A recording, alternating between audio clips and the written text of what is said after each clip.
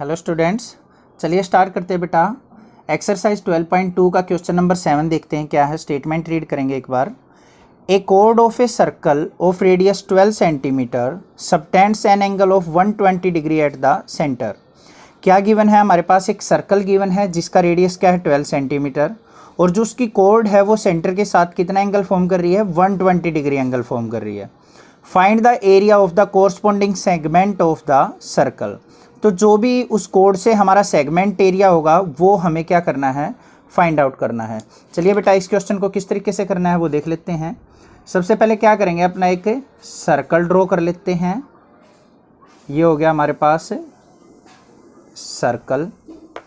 इसकी कोड जो है सेंटर के साथ कितना एंगल फॉर्म कर रही है? 120 डिग्री। ये हो गया हमारा, मान लिया क्या है, सेंटर O। और एक कोड ड्रॉ कर लेते हैं हम। ये आ गया हमारे पास कोड, और जो ये कोड है सेंटर के साथ 120 डिग्री एंगल फॉर्म कर रही है। तो हमने क्या कर लिया, अपना फिगर ड्रॉ कर लिया। ये जो एंगल है ये क्या है? 120 डिग्री। ठीक है। रेडियस जो गिवन है वो क्या है? 12 सेंटीमीटर। कोड की नेमिंग कर लेते हैं A और B। ये 12 सेंटीमीटर है तो ये भी क्या हो गया हमारे पास? 12 सेंटीमीटर। ठीक है। अब हमें इसके सेगमेंट का, माइनर सेगमेंट का एरिया फाइंड आउट करना है। तो यहाँ पे क्या करेंगे, इस सेगमेंट को मैं इस तरीके से शेडिड दिखा देता हूँ, आपको अच्छे से समझ में आ जाएगा। ये हो गया हमारा सेगमेंट। इस सेगमेंट का शेडिड एरिया का क्या करना है हमें? शेडिड रीजन का एरिया हमें फाइंड आउट करना है। तो इसका एरिया फाइंड आउट करने के लिए कहीं भी जो हमने प्रीवियस क्वेश्चन किए हैं उनमें भी आप यूज कर सकते हो। एक मैं आपको फॉर्मूला बताऊंगा माइनर सेगमेंट का एरिया फाइंड आउट करने का, वो राइट डाउन कर लीजिए, एक बार देख लिए। याद करना है आपको, area of minor segment. Minor segment, किसी भी सर्कल के अंदर माइनर सेगमेंट का अगर हमें एरिया फाइंड आउट करना है तो ये फॉर्मूला हम यूज कर सकते हैं। क्या होगा? थीटा बाय 360 मीन्स जो भी हमारा सेंटर पे एंगल फॉर्म होगा वो थीटा बाय 360 इंटू में pi, minus sine theta by 2 cos theta by 2 into r square. R क्या होगा हमारा? रेडियस। थीटा होगा हमारा एंगल एट द सेंटर। ये फॉर्मूला यूज करके हम area of minor segment find out कर सकते हैं। अब इस क्वेश्चन के अंदर क्या है बेटा, थीटा जो है हमारा कितना है? Angle theta is equal to क्या है हमारा? 120 डिग्री। रेडियस जो है आर इज इक्वल टू क्या है हमारा? 12 सेंटीमीटर। इनको पुट कर देंगे, एरिया आ जाएगा हमारे पास। क्या आ जाएगा? Area of minor segment equal to theta by 360 है। थीटा क्या है हमारा? 120 बाई 360 मल्टीप्लाई पाई की वैल्यू क्या है बेटा? इसमें गिवन है 3.14। आप 22/7 भी पुट कर सकते हैं। कहीं पे आपको टीचर्स अगर ये बोल रहे हो कि 3.14 ही पुट करनी है तो बेटा उससे कोई इफेक्ट नहीं होता। आप देखो एक बार, 22/7 को अगर मैं डिवाइड करके देखता हूँ तो क्या आ जाएगा हमारे पास? 3.1 पे गया और फिर 34, 3.14 ही आता है। 22/7 क्या होता है हमारा? 3.14। अगर बाई चांस आप 22/7 भी पुट कर देते हैं पेपर में तो आपका एग्जाम के अंदर क्वेश्चन गलत नहीं माना जाएगा। आपको टेंशन लेने की कोई ज़रूरत नहीं है कि मैंने तो 22/7 पुट कर दिया तो कुछ दिक्कत हो गई।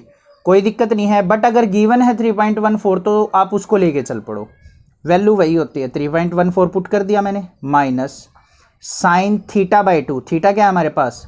120/2 और कोस 120/2 इंटू में क्या है? Are square. आर क्या है हमारा? 12। तो 12 का स्क्वेयर मीन्स 12 इंटू 12। ठीक है। इसको सिंप्लीफाई कर लेंगे, एरिया आ जाएगा 120/360 है तो क्या आ गया हमारे पास? 3.14 अपॉन में 3 माइनस साइन 120/2 है तो ये क्या आ गया हमारे पास? 60। यहाँ पे भी क्या आ गया? 60 डिग्री। साइन 60 की वैल्यू ट्रिग्नोमेट्रिक जो 8 चैप्टर था हमारा वहाँ पे पढ़ी थी हमने। साइन 60 की वैल्यू क्या होती है बेटा? √3/2 मल्टीप्लाई कोस 60 की वैल्यू क्या होती है? 1/2 मल्टीप्लाई 12 इंटू 12 क्या हो जाएगा हमारा? 144। ठीक है। अब इसको सिंप्लीफाई करते हैं बेटा। 3.14 को 3 से डिवाइड करते हैं हम। 3 से डिवाइड किया तो 3 × 3.0 आ जाएगा, 1.04 और फिर जाएगा 6 पे। 3 डिजिट्स तक ले लेते हैं हम। माइनस √3 की वैल्यू क्या होती है? 1.732 होती है। इसमें 1.73 तक लेनी है तो 1.73 पुट कर लिया अपॉन में 4 मल्टीप्लाई 144, ठीक है। नेक्स्ट क्या आएगा 1.046 माइनस 1.73 को अगर 4 से डिवाइड करता हूँ तो मैं क्या आ जाएगा 0.17 को 4 से किया तो 4 4 जा 4 3 और फिर 4 2 0.432 आ जाएगा इसको डिवाइड करने के बाद। मल्टीप्लाई किससे 144 से 1.046 में से 0.432 अगर हम सब्ट्रैक्ट करते हैं तो वैल्यू आ जाएगी हमारे पास 0.614 मल्टीप्लाई किससे 144 से। इन दोनों की मल्टीप्लाई करेंगे तो वैल्यू आएगी हमारे पास क्या आ जाएगी 88.4 centimetre square. This is the area of our minor segment, means इस शेडेड रीजन का हमने क्या कर लिया एरिया फाइंड आउट कर लिया। आई होप ये क्वेश्चन आपको अच्छे से क्लियर हो गया होगा। बिल्कुल इजी मेथड आपको बताया है, इसकी कैलकुलेशन भी बिल्कुल इजी बताई है। अगर क्वेश्चन अच्छे से समझ में आया हो तो बेटा इस चैनल को सब्सक्राइब कीजिए, लाइक कीजिए और शेयर कीजिए। नेक्स्ट देखते हैं अपना क्वेश्चन नंबर 8। हाँ एक बात और बेटा, आप मेरे चैनल की सारी वीडियोज नेक्सा क्लासेज नाम से सर्च करके यूट्यूब पे और उसकी प्लेलिस्ट बनाई हुई है हर एक चैप्टर की अलग अलग, वहाँ से आप वीडियोज़ को क्लियरली देख सकते हैं। चलिए क्वेश्चन नंबर 8 देख लेते हैं क्या है। क्वेश्चन नंबर 8 में स्टेटमेंट रीड करेंगे। मोस्ट इंपॉर्टेंट क्वेश्चन है बेटा, मोस्ट इंपॉर्टेंट मीन्स आपके जो एग्जाम्स में सेट आते हैं उनमें किसी न किसी सेट में ये क्वेश्चन आपका पूछ लिया जाता है मोस्टली। चलिए क्वेश्चन देखते हैं क्या है। A horse is tied to a peg at one corner of a square shaped grass field of side 15 metre by means of a 5 metre long rope, full stop. यहां पे क्या कहा गया है, सबसे पहले देखिए ध्यान से सुनिए। एक स्क्वायर फील्ड है हमारे पास, स्क्वायर फील्ड यहां पे मैं ड्रॉ कर लेता हूं। स्क्वायर की चारों साइड्स क्या होती हैं हमारी इक्वल, तो हमें इक्वल से ही शेड बनानी है। यहाँ पे चारों साइड्स क्या करनी है इक्वल ड्रॉ कर लेनी है। ये कर ली मैंने ड्रॉ, ठीक है। ये हो गया हमारा एरिया। इसके अंदर क्या है बेटा घास उगी हुई है इस तरीके से, और इसके एक कॉर्नर पे यहाँ पे क्या किया है मैंने एक रोप के थ्रू एक घोड़े को बांध रखा है। तो यहाँ पे एक वैसे थोड़ा सा घोड़े टाइप बना लेता हूँ मैं, ठीक है। ये बंधा हुआ है यहाँ पे।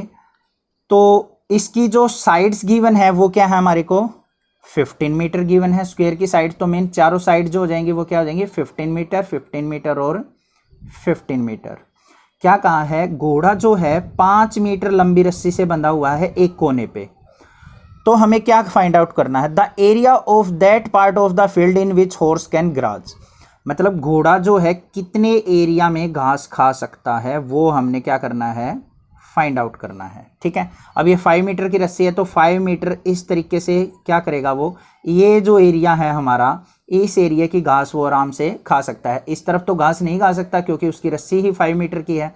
तो 5 मीटर के एरिया तक वो क्या कर सकता है घास को आराम से खा सकता है। और यही एरिया क्या करना है हमें फाइंड आउट करना है।